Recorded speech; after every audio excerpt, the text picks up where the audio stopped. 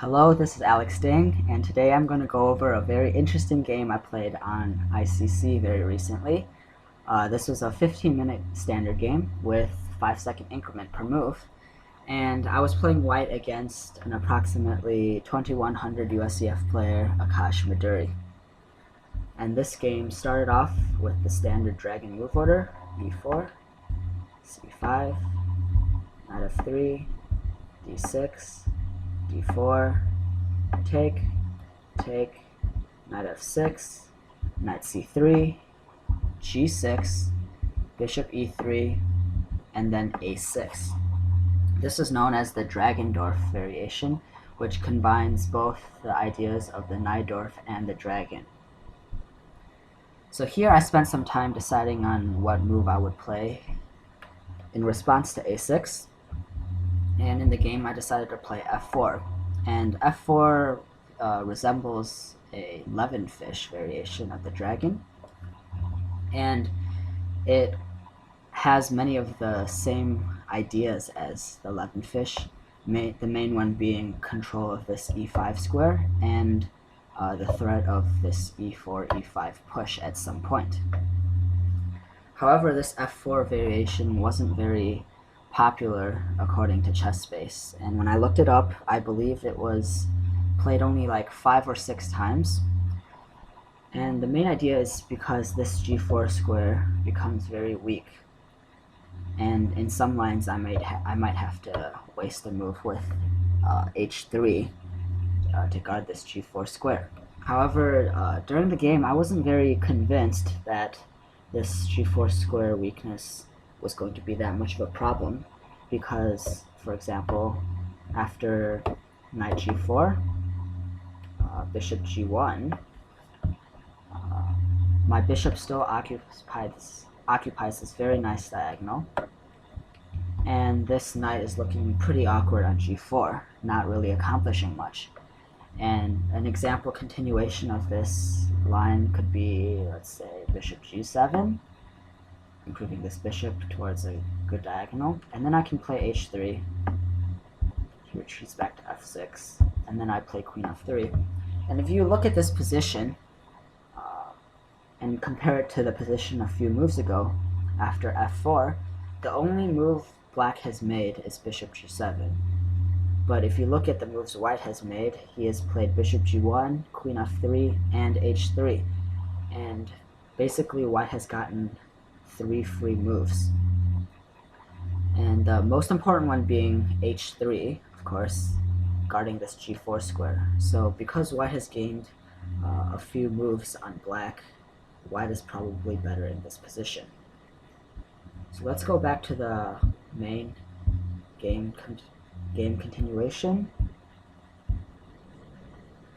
So after f4, Aakaash played knight bd7. I played queen f3.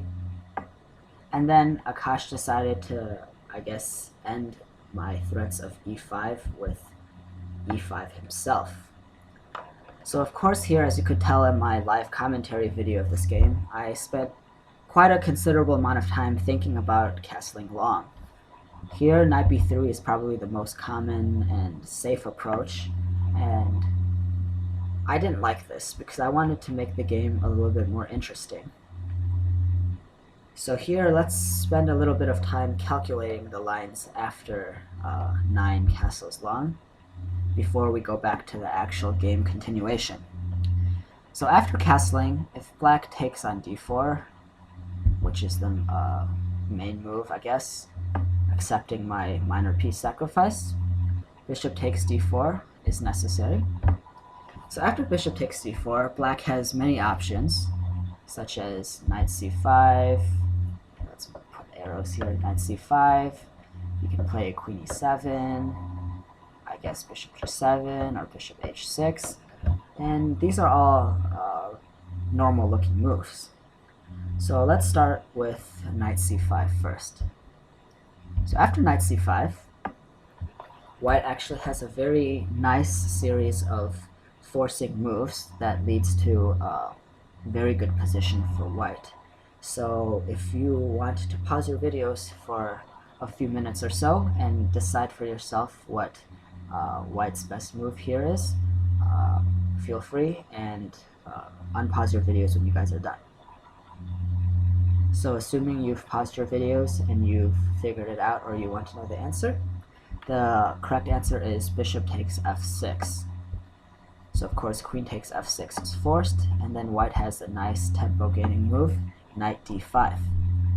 So knight d5 centralizes this knight, gains a tempo on the queen, and also threatens knight c7, forking the king and the rook.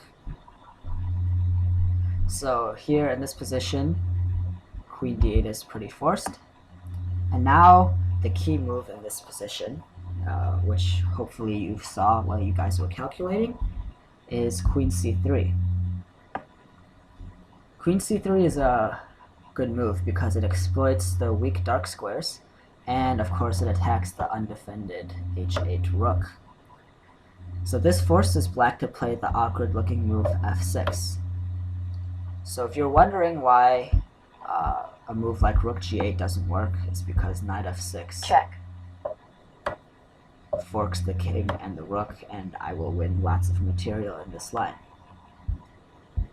So after f6, I can play b4, chasing away this good knight. And after knight e6, knight takes check. f6. White is much better, as I have 2 pawns for the minor piece, and black has pretty much nothing developed and cannot castle anymore. So this was the line I calculated during the game, and yeah, this is a very desirable position for white. And if you were wondering why he didn't just take the pawn on e4 with tempo on the queen, it's because I have rook e1, pinning the knight to the king, and I'm just completely winning here. So let's go back to bishop takes d4. So of course, instead of knight c5, black has the very normal looking move, bishop g7. However, after bishop g7, white can really exploit the fact that black hasn't castled yet with a very nice looking move. And again, if you want to pause your videos, please do so now. Okay, the correct move in this position that I calculated during the game is the center destroying move, e5. So after e5, d takes e5, f takes e5, and then I guess knight h5. I can play a very nice looking move, e6. So of course this threatens the knight, threatens mate on f7. So after he takes on e6, sacrificing another pawn, right, to open up the center and to destroy the king's pawn cover. So after f takes e6, I can play, I think, bishop takes g7, knight takes g7, and then knight e4. And black has to deal with lots of disgusting weak squares and open lines to the king. And the most immediate threat that white has is knight d6. So a move like king e7 is pretty forced. And after king e7, I can play bishop c4. And after bishop c4, it leaves black with a mess of weak pawns, squares, and horribly placed pieces. So yeah, that's why this is not a very good line to go into for black. So this leaves us with moves like, oops, too far, like bishop h6, and maybe we can look at here e takes f4. So let's look at e takes f4 first, because it's kind of pointless. So of course it just denies the piece sacrifice and allows me to improve my bishop to f4. And now of course the d6 pawn is isolated and very weak, and yeah, this is just really bad for black. So this leaves us with the final move, and what I consider to be the best move of the position, bishop h6. So this is what I consider during the game to be black's best move, and I think bishop h6 is a lot better than any of the other options, because firstly, this bishop belongs on this c1 h6 diagonal, where it will exert a lot more pressure on white's position. And also, the main ideas of opening up the position with e5, or in some cases f5, are temporarily stopped.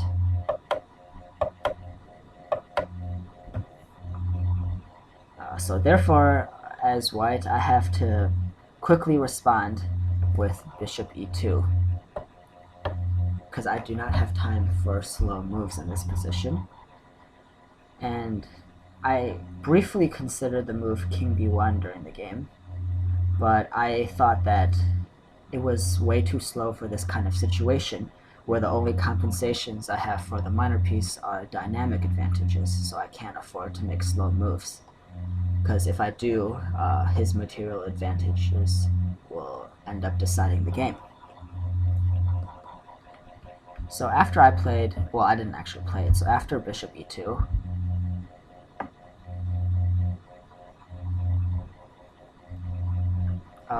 there are a few moves that black can consider here, but the reason bishop at e2 is a good move is because it connects these rooks, right? Allows for moves like rook f1, and it also controls this weak g4 square in some lines. So after bishop e2, black really has only a few options, I guess, castling.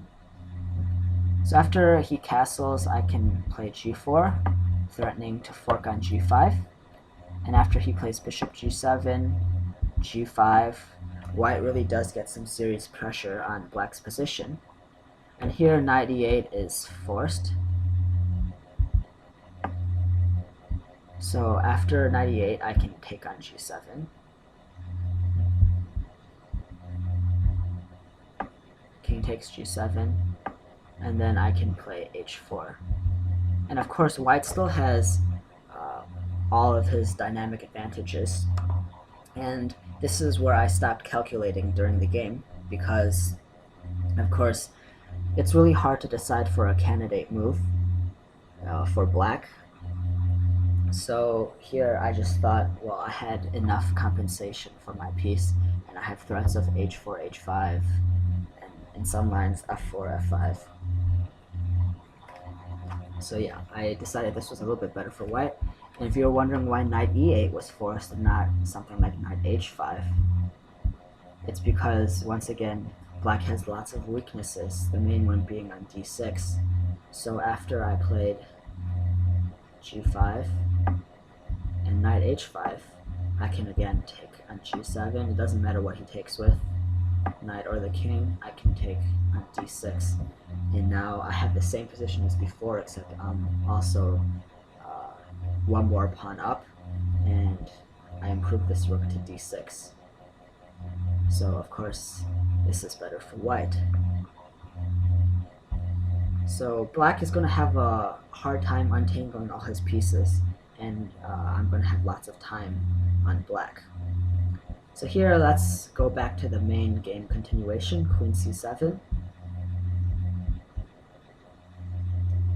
So after castling, Aakaash did play queen c7, and this is the most reasonable alternative to taking on d4 without taking too much risk. And in the game, I also played the safest move, knight b3. But after looking at this position after the game, maybe knight d5 here would lead to similar positions that we just discussed, with black having to deal with all the pressure against the uncastled king. So after knight d5, knight takes d5, e takes d5, e takes d4, and then maybe bishop takes d4. F6 again is forced, and then rook e1, check, bishop e7, and then queen e3 perhaps.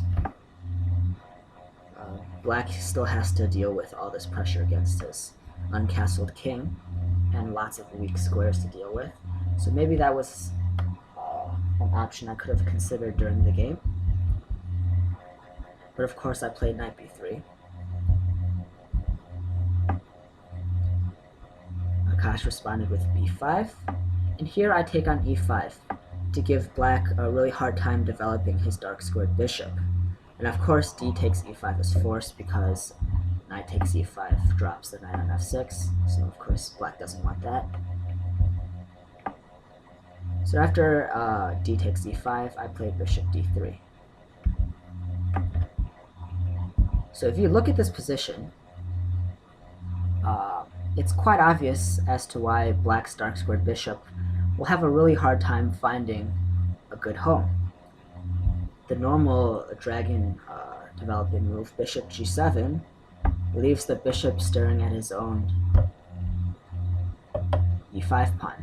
So of course this bishop is not doing anything, and the power is greatly diminished on g7. Oops.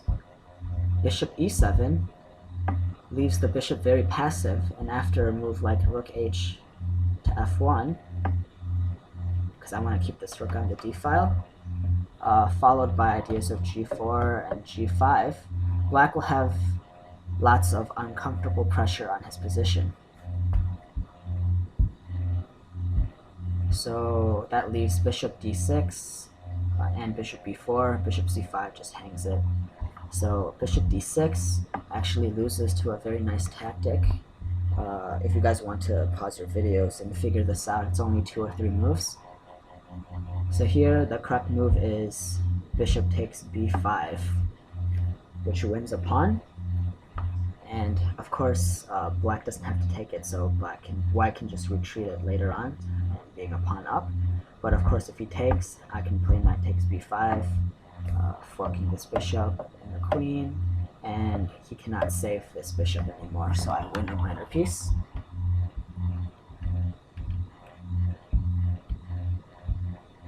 And then finally the last bishop move, bishop b4. Looks pretty reasonable, trying to trade off this bad piece for this knight. But after bishop b4, I can exploit his weak kingside dark squares with bishop h6. And after bishop h6, black really doesn't want to play bishop takes b3, because that's pretty much asking for positional suicide, where black will have nothing defending his horrible weak kingside dark squares. And of course, yeah, he doesn't want that. So in the game, Aakaash decided that the development of this dark squared bishop could take a back seat. So he played the pretty good move, bishop b7. And now after bishop b7, my plan was to double on the f-file and then play g4, g5, where the f7 square is going to be very weak. Of course, if I can somehow deflect this knight, I can infiltrate his position via f7. So after bishop g7, I continue with this plan, rook h to f1. And he plays bishop g7 because he decided he needed to castle, because if he doesn't castle, this pressure on the f7 square is going to be too great.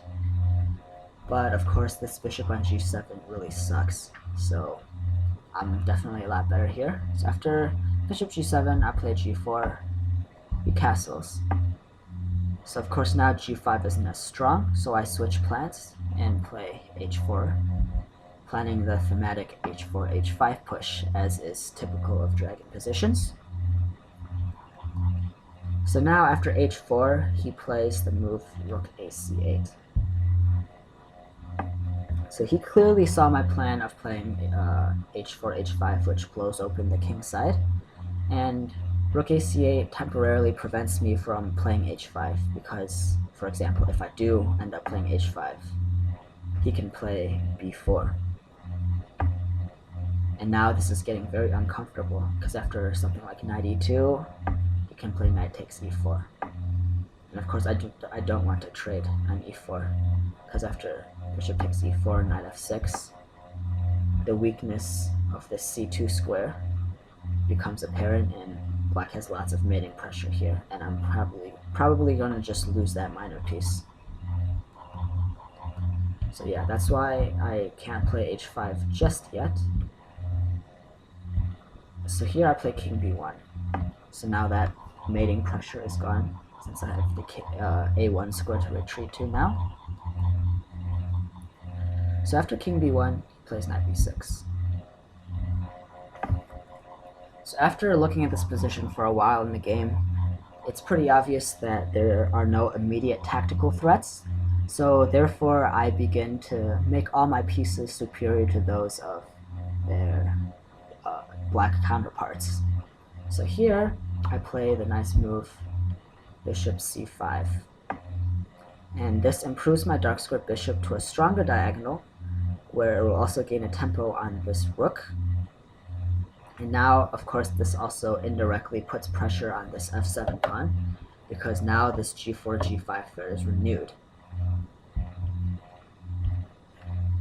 So after bishop c5, he ignores this and plays knight c4, and which was unfortunately a blunder, because not only does he sack the exchange for not much, it also allows me to put more pieces under attack.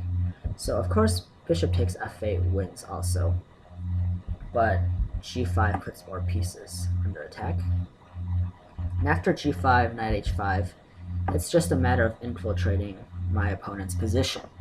I'm already pretty clearly won here, but first I open up the vulnerable d-file with bishop takes c4 and get rid of one of my worst pieces for one of black's best ones. So after bishop takes c4, b takes c4. Oops, come on. It's just a matter of playing double attacks on every move, because since my pieces are so much better placed than all of black's pieces, the tactics pretty much just play themselves. And if you look at the position after bishop takes c4, b takes c4, material is completely even. 1, 2, 3, 4, 5, 6. Black has 6 pawns. 1, 2, 3, 4, 5, 6. White has 6 pawns. We both have 3 minor pieces. We both have 2 rooks and a queen. And we're both castled, right? So material is completely equal. However, let's just look at each of the pieces and which ones are better. If you look at the rook placements, his rooks are on the c and f files. So his rook is staring at his own c pawn, so it's not doing anything. His rook is actually hanging and is also just staring at his own f7 pawn and is very passive. If you look at my rook's on a completely open d file, just dominating this d file. And my other rook on f1 is, of course, putting pressure on this f7 pawn. Now if we look at the minor pieces, his bishop on g7 is again staring at nothing, his own e5 pawn, not exerting any pressure, and it doesn't have any squares to go to at the time being. This bishop is probably his only piece that's doing anything, but of course it's just looking at an e4 pawn, my e4 pawn, that's very well defended. His knight is on h5, not doing anything. If you look at my bishop, it's of course attacking this rook. It's on a very nice diagonal, and my knights are controlling these important squares, and it's probably going to hop to d5 at a good time. And this knight is coming to c5 after bishop d6, where it will control multiple important squares. So here I just play bishop d6, and I'm pretty much completely won here. So even though the material is even, because black has no play and his pieces are so bad, I'm just winning. So here the rest of the game is pretty easy. Queen b6, I improve my knight to c5, also threatening to fork on d7. So unfortunately he was under lots of time pressure, so he ended up playing queen c6, and then I can play bishop takes e5. Actually no, he didn't play queen c6. And actually after queen c6 I have a better move, but he ended up playing knight f4, I think. Yeah, he played knight f4, and then he didn't see the threat. I played knight d7, forking the queen and the rook, and then after knight d7, queen c6, bishop takes e5, knight takes Actually, let's see. Bishop takes c5, bishop takes c5, knight takes c5, queen takes f4. Now I'm just pretty much completely won. Why can I not move here? Oh, wait, no, it's his move, sorry. Queen c5, and then queen takes f4. Sorry about that. Queen takes f4, I'm just completely won. If you look at the material, yeah, I'm just pretty much winning here. And of course, my pieces are still much better placed than black's. And now I just play the move. Actually, after bishop c6, I just play the move queen f6. So now the threats are pretty clear. After queen f6, I played bishop e8, and then I played knight d5. And here my opponent ran out of time, but of course white has way too many threats to deal with, and it is very resignable. And the main one being knight e7. So yeah, that's it for today's game. I hope you enjoyed it and learned something along the way. If you guys want me to analyze a game of your own, just comment on this video or email me the PGN of the file, a PGN of the game, and I'll look over it and make a video or analyze it for you. Thanks for watching. I'll see you guys later.